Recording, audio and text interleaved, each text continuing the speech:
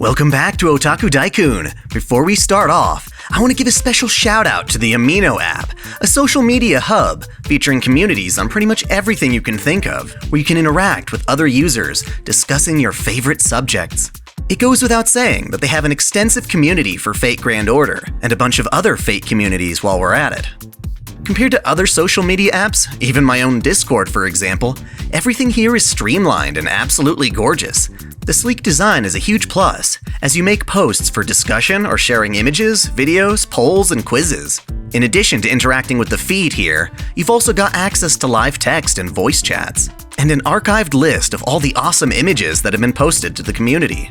You get rewarded the more you participate, earning credits that let you customize your avatar border, chat bubbles, and loads of emoji.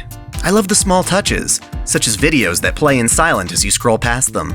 If you're looking to expand your Fate social community, this is a great addition for you. Feel free to come join me, and let's share some fan art. At any given moment, I've got one-on-one chats with viewers on my channel, and a whole new stream of content to appreciate. To participate, just click the link in the description or pinned comment and follow the prompts to download Amino for free on iOS or Android. Alternatively, you can download Amino by searching your app store, then searching Fate Grand Order once you're in.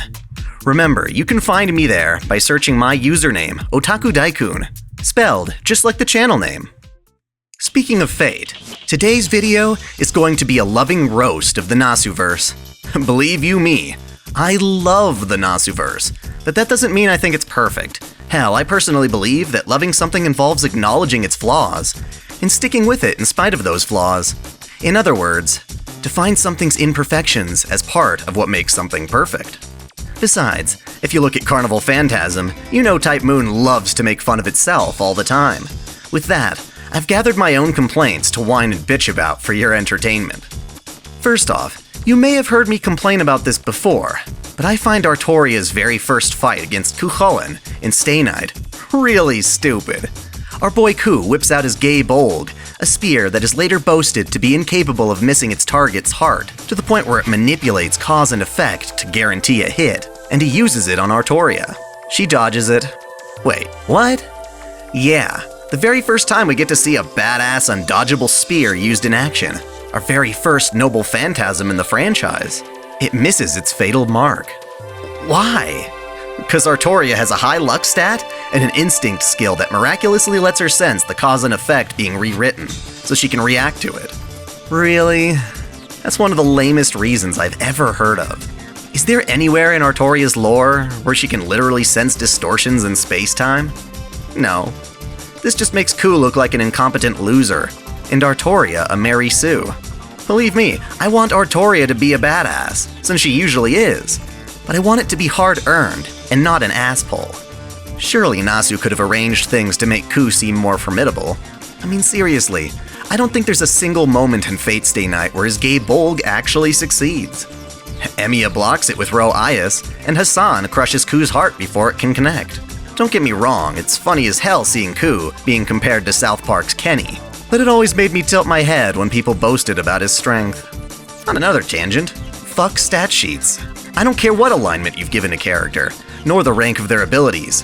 Going by that formula is never going to get you a dramatic story. Thankfully, Fate ignores these stat sheets most of the time when presenting its narrative. Sure, on paper, Gilgamesh is arguably the strongest servant, but using that to justify him winning every battle he faces would be boring. The real dramatic pull, and the reason I like him as a character, is that we get to see the rare circumstances in which he can actually be defeated, aka Avalon or Shiro's unlimited blade works. The fact that, for all his power, he's hindered by his own hubris. Same thing goes for Karna losing to Sieg in Fate Apocrypha.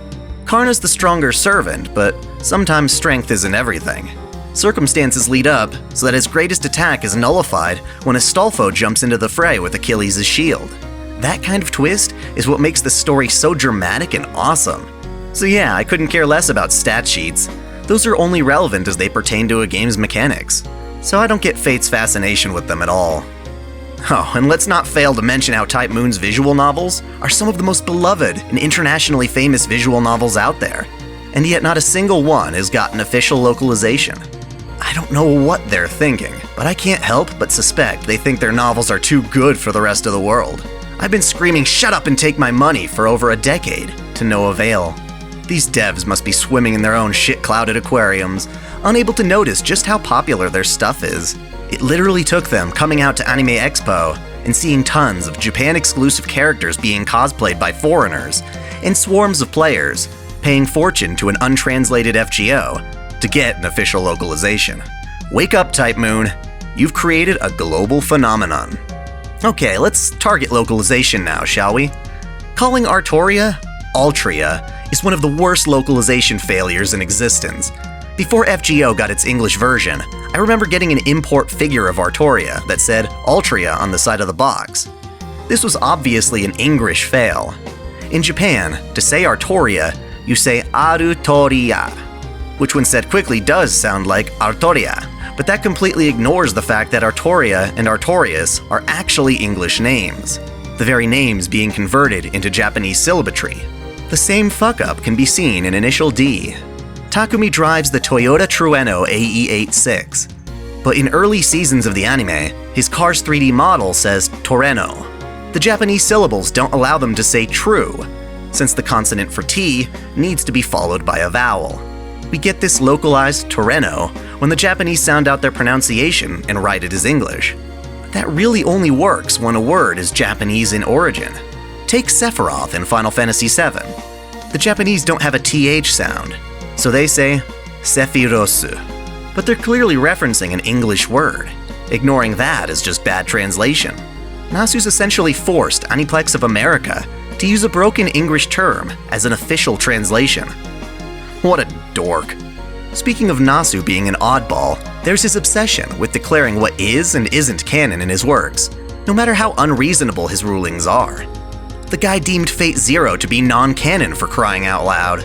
Honestly, the only thing that Fate Zero got wrong thus far was their portrayal of Fiend McCool, but even then, that's only because Nasu turned the guy into a blonde beauty after the fact. Outside of Zero, we only hear about the Fourth Grail War from characters reminiscing in Fate Stay Night. If Nasu wants that to be canon while Fate Zero isn't, then there's really no point in giving a shit about canon in the Nasuverse at all. Everything's just an alternate universe anyway. And another thing, I'm sorry Nasu, but you've seriously got to stop expecting fans of your works to have read little short stories you made in high school. Either take that shit and officially incorporate it into the timeline, or stop making references to it. Of course, I'm referring to Notes, his little story about the world's destruction that loosely serves as the backbone to his entire universe. Going back to Stay Night, there's our beloved protag Shiro. There's an ongoing debate about whether he's a well-written character or not, and a lot of that argument hinges on the presence of internal monologues within the visual novel that don't make their way to animation. So yeah, the novel's going to give us way more information than an anime can hope to, especially when it comes to characters' thoughts. But I'd argue that Shiro is actually one of the most transparent characters out there, to the point that you really don't need that monologue in most cases. His survivor's guilt, his selfless sacrificial nature, his love for Artoria, it all comes across clearly to me without the novel spelling it out for us. Next, I'm gonna have to compare Type Moon to Smaug the Dragon, preciously guarding its hoard of gacha gold. Sure, Fate Grand Order is literally the most successful and profitable asset Type Moon has, but by indulging it, they've essentially said fuck it with all the creations they've made prior. Above all else is their treatment of Tsukihime. Literally after over a decade since promising a remake, Type Moon doesn't think it's worth the effort financially. Sadly, it's hard to blame them too, since all it takes to make money for them is to reintroduce an Ilya pseudo-servant or something like that for the 8th time. Still, you've got to at least get a little angry at how they're selling out. The very least they could do is make pseudo-servants out of the other franchises. Make Zerker Arcuate for FGO, and for the love of God, find a way to put Bazette in there. FGO itself is a clusterfuck of mixed opinions. The gacha system is certainly awful, despite its comedic reputation. What I've got a beef with, though, is the fact that FGO can never seem to take itself seriously. Or rather, when it does get serious, it's atop layers of jokes and self-referential material. In North America, we recently got our hands on Cleopatra as a servant to summon, but she's introduced through a silly Halloween event. You tell me the Earth is going to be incinerated if we don't visit the other singularities and correct them. Yet we have the time to screw around with Elizabeth Bathory's holiday antics, and even get lost on a deserted island for centuries. The events in FGO are supposed to be fun and fan-servicey. They certainly are, but it's really lame when official or otherwise important characters are introduced from these silly events. Just imagine how weird that'd be in an anime form. One episode, we solve the Camelot singularity, facing off against a distorted King Arthur, to the next, running around beating up pumpkin monsters. You'd have to keep that type of filler episode now that you've woven Cleopatra into it. And for the love of God, stop giving us more versions of Elizabeth Bathory. Her being turned into a mecha loli is just too silly to blend in with the rest of the storyline. On the topic of silly-ass servants, let's roast a few. Thomas Edison. What the fuck? He looks like All Might had sex with the MGM lion. I understand one's legend can sometimes override the facts of one's life, but this is just taking things too far. The gender bending is ridiculous too. Specific historical figures like King Arthur and Nero being women in the Nasuverse is quite fun, but certain characters whose masculinity is part of their character getting bent is cringy. Fucking Paul Bunyan, literally the archetype for the big, hairy lumberjack man we all think of when we hear of a woodsman, is replaced by a petite blonde loli? Really now? I love waifu, but that's just too much. As for saber faces, fuck, I really can't complain. Just because Artoria and Okita have similar facial structures doesn't mean I see them as the same person or anything. But giving each servant a summer form? That really only works as fan service. So I'm fine as long as it stays that way. Shoot. Then we have altars. Altars make sense in theory, but fate has a tendency to make even the most deplorable people sympathetic. Artoria's altar is her inhuman rationality, her strict policies brought forward without emotion. But thanks to FGO, she's mostly a joke, either friggin' Santa Claus or a Hot Topic model. Jalter's well done, basically the pure virgin turned naughty and vengeful. But so many other altars are there as just a cheap palette swap. Sure, their waifu is fuck, but they do dilute the actual meaning behind an altar servant. Thank you for indulging me in this chaotic rant. I hope you've enjoyed yourselves. These are just my opinions, and I'm in no way trying to rain on anyone's parade. I'm sure we all have different things to complain about. Feel welcome to share them in the comments. And don't forget to check out Amino if you just can't get enough Fate.